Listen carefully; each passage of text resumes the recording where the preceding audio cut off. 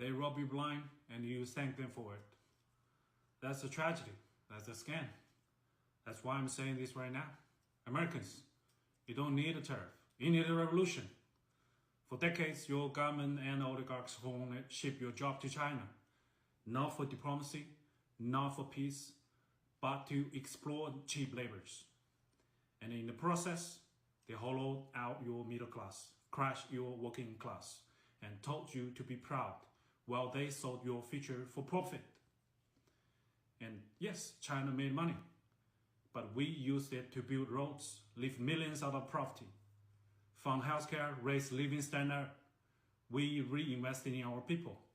My family also benefited from it. What did your oligarchs do? They bought yachts, private jets, mansions with golf course driveways.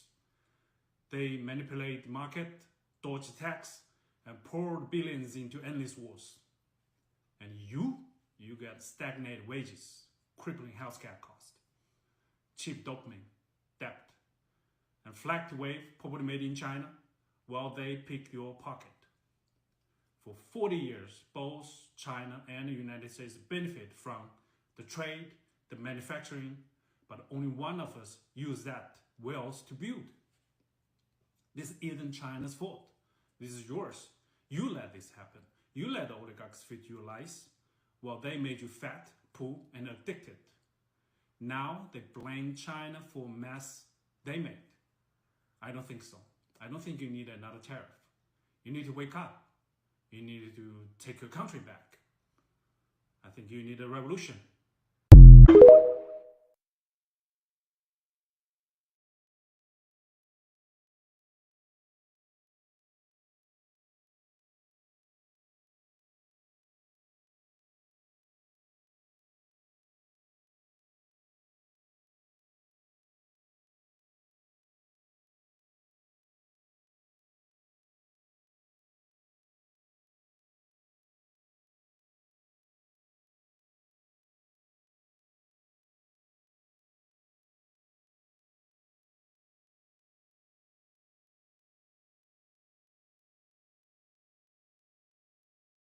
The Chinese economy is going to be probably at least twice as big as the US economy. Maybe 3 times, but at least twice. And that assumes a GDP per capita still less than the US.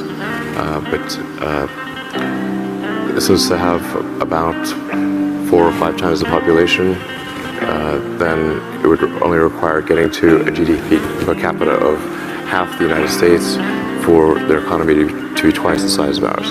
The foundation of war is economics. And so if you have half the resources of the counterparty, then you better be real innovative. If you're not innovative, you're going to lose. So in the absence of radical innovation, the US will be militarily second.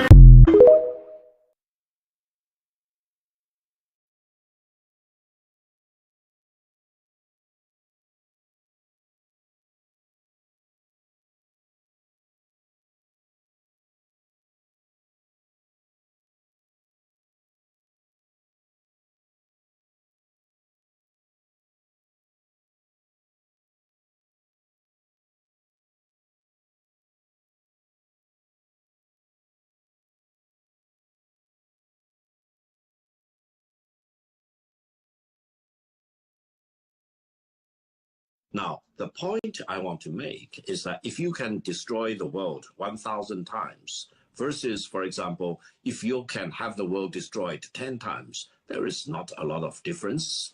Now, in the world of nuclear age, mutually assured destruction is the rule of the game. Between China and the United States, they have already reached mutually assured destruction. If any country wants to use war as an instrument to achieve its geopolitical goals, both China and the United States can destroy each other multiple times, regardless of whether the United States has a larger budget or otherwise. Therefore, from the Chinese view, the world in the future, according to my personal dream, for example, should be a world of peace, a world every country will be treated equal. Every country respects each other, and no country will be allowed to dominate against any other country. MAGA, or Make America Great Again, is fine, but you cannot achieve that at the expense of other countries. You cannot achieve your greatness by belittling, by delegating or relegating other countries to the lowest echelon of the hierarchy. Every country has its ambition. Every country wants to be in the first front, first row, for example, and no country should be allowed to trample rules of free trade, to trample international order, and to dictate to others, to issue ultimatum, to hold a gun at your head, to demand submission to my will. This is the law of the jungle, and China will never have a part of that, and China will fight to death to oppose that.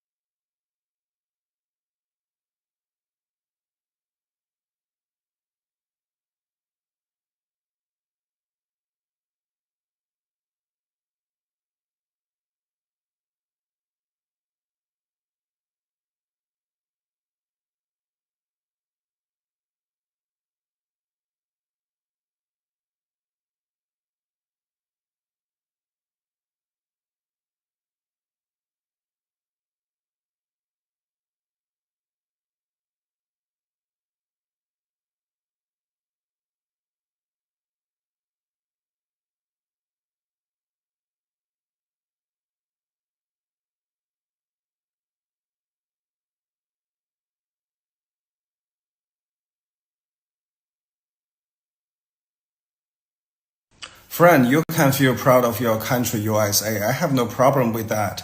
But you must understand the differences. China is not an immigrant country. United States is an immigrant country.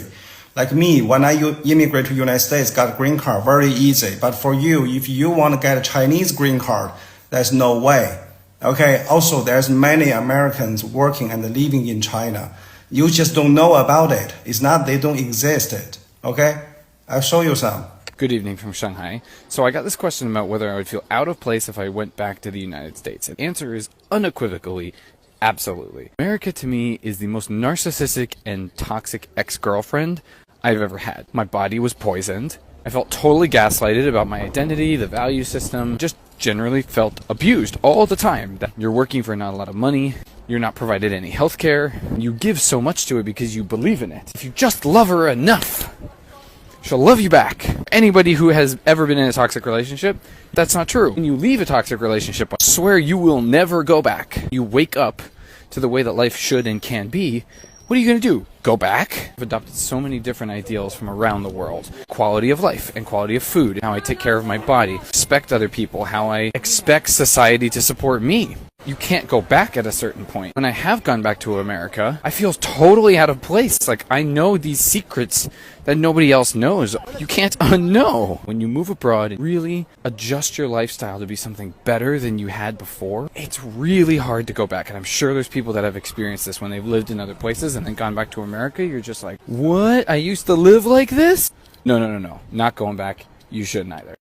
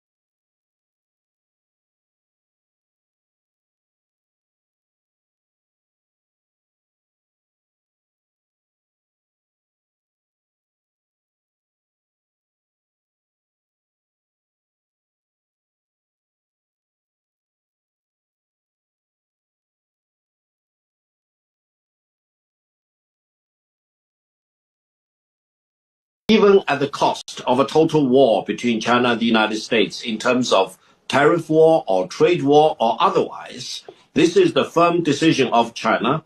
China will never cry uncle or go to Washington with its hat in its hand and beg for something. This is not the way China is doing. Remember what I say, and let's wait for another day or another week or less than 4 years to come and to see what will happen. What do you mean when you refer to any other kind of war? What do you mean by that? Multiple wars. You are talking about the tariff war, the trade war, the technology war, the talent war, the energy war, and the threatened military war of different kinds, including proxy war, etc. I think China is fully prepared to deal with the United States as it is, as friend if they want to be, as a foe if they want to be, in any way, peace or otherwise.